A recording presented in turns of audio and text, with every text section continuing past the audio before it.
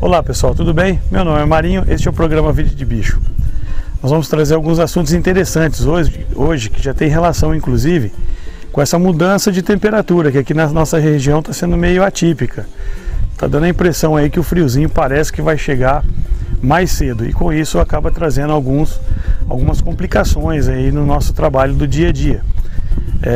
Nós percebemos por onde a gente vem passando que a vegetação agora no ano de 2019, como teve bastante chuva, bastante sol, que a vegetação cresceu bastante, principalmente vegetação rasteira.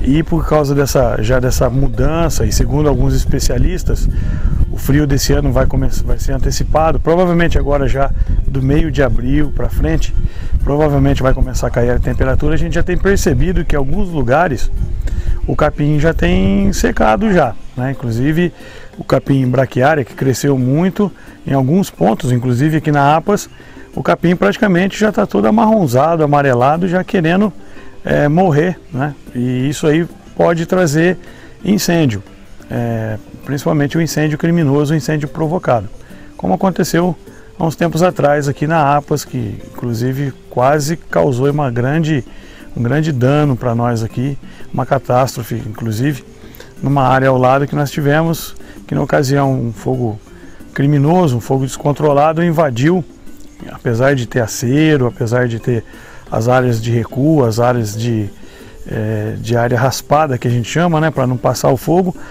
foi tão intenso e o fogo estava o vento, né, muito forte. Esse fogo acabou passando por cima dos aceros, que até estava o dobro da medida que a lei orienta. Mesmo assim passou por cima e quebrou a gente pelas pernas. Inclusive pegou numa área de reflorestamento que agora está se recompondo naturalmente e destruiu ali algumas árvores, inclusive árvores já de grande porte, com cerca aí de 8 metros, enfim. E isso acabou afugentando os animais que frequentavam aqui. E agora não, né? Com esse período de chuva que nós tivemos aí, as árvores e a vegetação está se reconstituindo lentamente, mas naturalmente, e as aves acabam migrando para cá de novo. Então nesse exato momento eu estou falando com vocês, a gente tem aves aqui, ó, frequentando a APA. São aves, algumas que foram soltas aqui, outras que são migratórias, elas vêm, só se alimentam aqui e acabam indo embora. Mas elas voltaram a aparecer, né, as frutas, sementes, a gente percebe que voltaram a desenvolver. E nem de tudo o fogo é ruim, né? Às vezes o fogo ele é necessário para germinar algumas sementes que às vezes precisa quebrar a casca, né? Quebrar a dormência, então ela acaba rebrotando. Então lá no reflorestamento, apesar do fogo ter passado lá, algumas mudas já começaram a brotar naturalmente. Então é bom porque mantém até um certo equilíbrio, desde que esse fogo seja controlado. Por isso que a gente orienta nessa época, não só falando com pessoas aqui que cuidam de animais silvestres, mas também no meio ambiente como um todo, que é essa questão aí dos aceros. Então você que tem uma chácara, você que tem uma área mais afastada do centro da cidade, ou você que tem um sítio, né, uma fazenda, as chácaras de finais de semana, que seja feito um acero, um terreno baldio, que às vezes seu terreninho está meio sujo lá, né?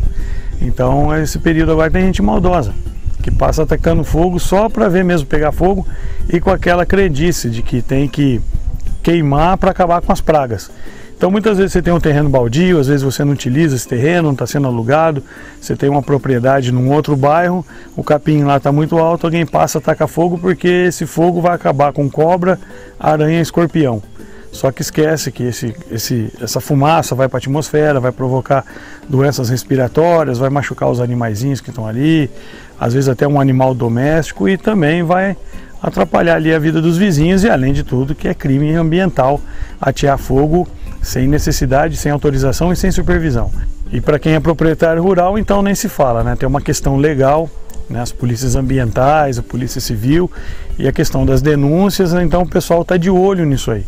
Então você que tem uma propriedade rural, procura os órgãos competentes, a Polícia Ambiental, o IBAMA, na região que tem IBAMA ainda, procura aí uma Secretaria de Meio Ambiente do seu município e pergunta ali como é que você faz para fazer esses aceros, esse acesso, facilitar o acesso de uma viatura para vir combater o incêndio na hora que causar ali tiver algum dano, porque nem sempre é o proprietário rural que tem culpa. Às vezes é um vizinho que atirou fogo no pasto para renovar o pasto, principalmente nesse período que a gente tem, igual agora, tem notícias aí que na semana que vem tem chuva se aproximando e o capim seco. Então é o que aconteceu aqui na APAS, né? Uma pessoa achou que já vai vir mesmo a chuva, então eu vou tacar fogo no mato, porque aí a chuva vem e rebrota tudo. Sim, existem alguns lugares de cerrado no Brasil e até no mundo, na África, na Austrália, que são incêndios controlados, que taca fogo realmente controlado.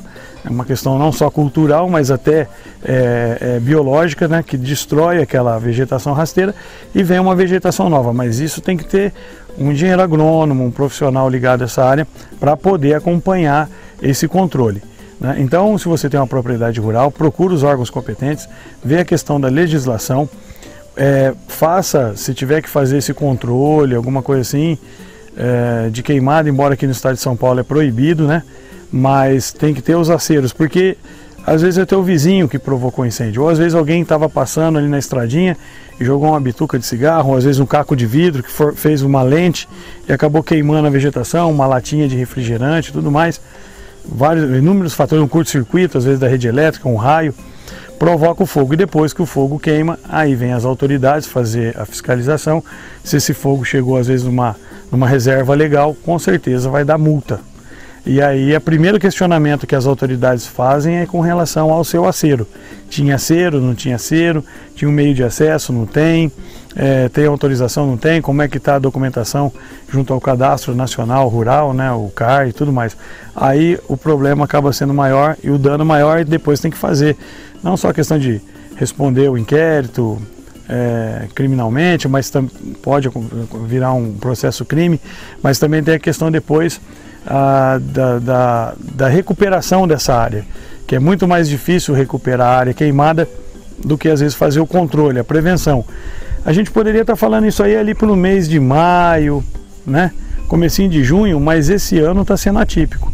E segundo especialistas, como eu disse, provavelmente já no meio de abril já começa a cair a temperatura. Inclusive lugares da Serra Catarinense já teve esse ano, na semana passada, lugares ali que teve geada e menos 1 grau. Né? Então está meio antecipado aí o período de estiagem. Então manter a questão dos aceros nas propriedades rurais. Preserva a tua área, preserva também a área do vizinho, evitando um dano maior. E aquela crendice também, né, aquela lenda urbana de que se você tacar fogo no terreno baldio, você vai controlar mosquitos da dengue, que vai controlar pragas como aranha, escorpião, barata. Na verdade, não, você só vai causar, né, o animal, o inseto, quando ele vê a fumaça, se ele sente ali o calor do ambiente, a primeira coisa que eles fazem, eles têm asa, eles saem voando. É um outro inseto que você acaba, teoricamente, matando.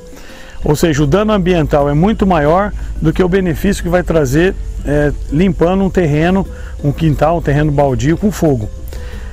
E no caso da pessoa que tem uma pastagem, achando que tacando fogo vai renovar o pasto, vai aparecer uma muda nova, mais forte, teoricamente sim, só que o fogo ele empobrece o solo, né? Alguns micronutrientes ali, uma questão de bactérias que são necessárias ali, micro-organismos, adubos naturais, né, que se formaram ali com a decomposição ao longo dos anos, que vai fazer essa planta crescer de forma firme e forte, não vai existir.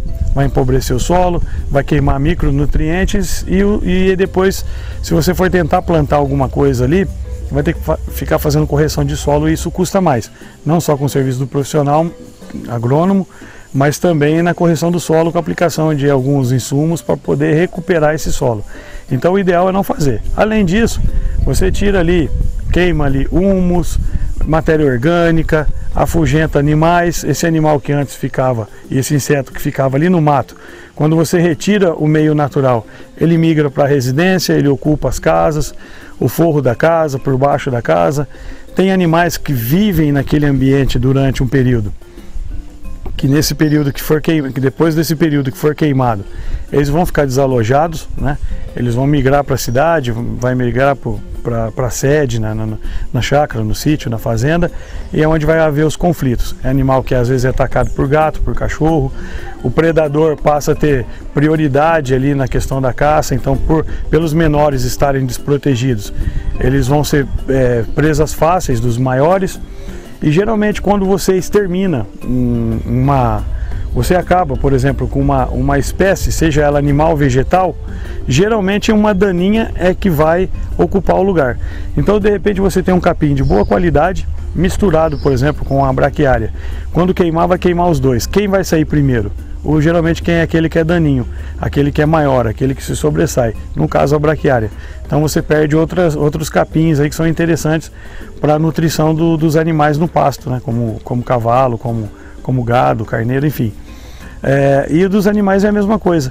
Você tira um da cadeia, aquele que está ali abaixo, né, é destruído, o que está acima sobressai, e às vezes nessa de sobressair, geralmente o que sobressai é o daninho. Por exemplo, se você acabar com uma florestinha na beira de um cursinho de água, um manancialzinho de água, você tira, por exemplo, alguns animais ali silvestres que faz um controle natural, por exemplo, do javaporco, ou que faz o controle natural da capivara.